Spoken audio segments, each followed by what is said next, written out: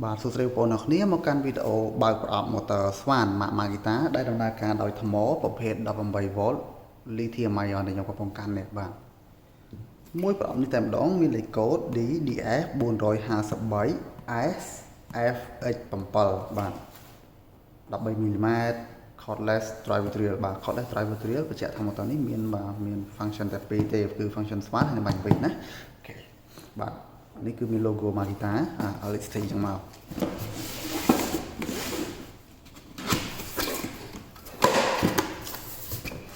បាទមានសភៅណែនាំពីការប្រើប្រាស់ម៉ូទ័រ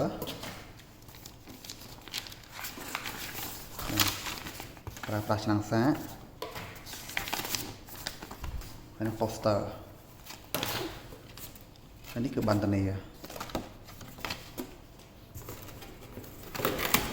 ក្នុងស្រុកបានភ្ជាប់មកជាមួយនឹងថ្មប្រភេទ 18V ហ្នឹងគឺចំណុះ3 ampere បាទ3 ampere មួយកូនទេណាបងប្អូនអ្នកគ្នាមានតែមួយកូនទេបាទលេខកូដ BL1832 ក្នុងសាកមកជាមួយគឺមានលេខកូដ DC18SD បាទសូមបញ្ជាក់ថានេះមិនមែនជា fast charge ទេបងប្អូនអ្នកគ្នាណា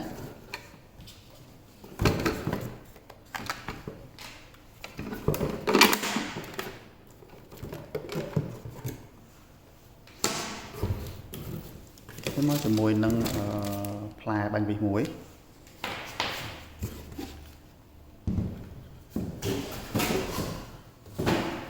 ថ្មចូល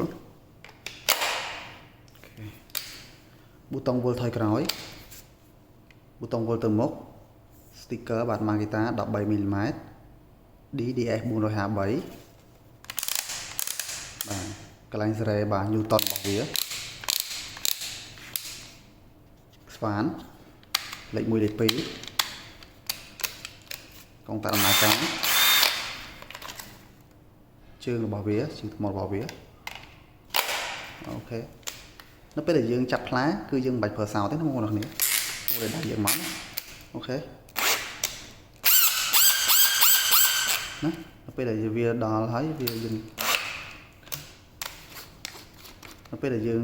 ដាក់ផ្លែចូលគឺយើងចាប់តាមមួលដៃបែបនេះណាអូខេមួយបែបហ្នឹងអូខេបាទ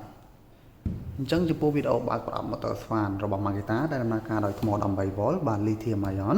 ដែលមានលេខកូដ DDF453SFX7 ខ្ញុំបានមានតែប៉ុណ្្នឹងទេមានចំណាប់អារម្មណ៍សូមបាទខមមិននៅខាងក្រោមវីដេអូបាទជួយ share ទៅបងប្អូនខ្មែរយើងតៗគ្នាបាទអរគុណច្រើនបងប្អូនគ្នាបាយបាយ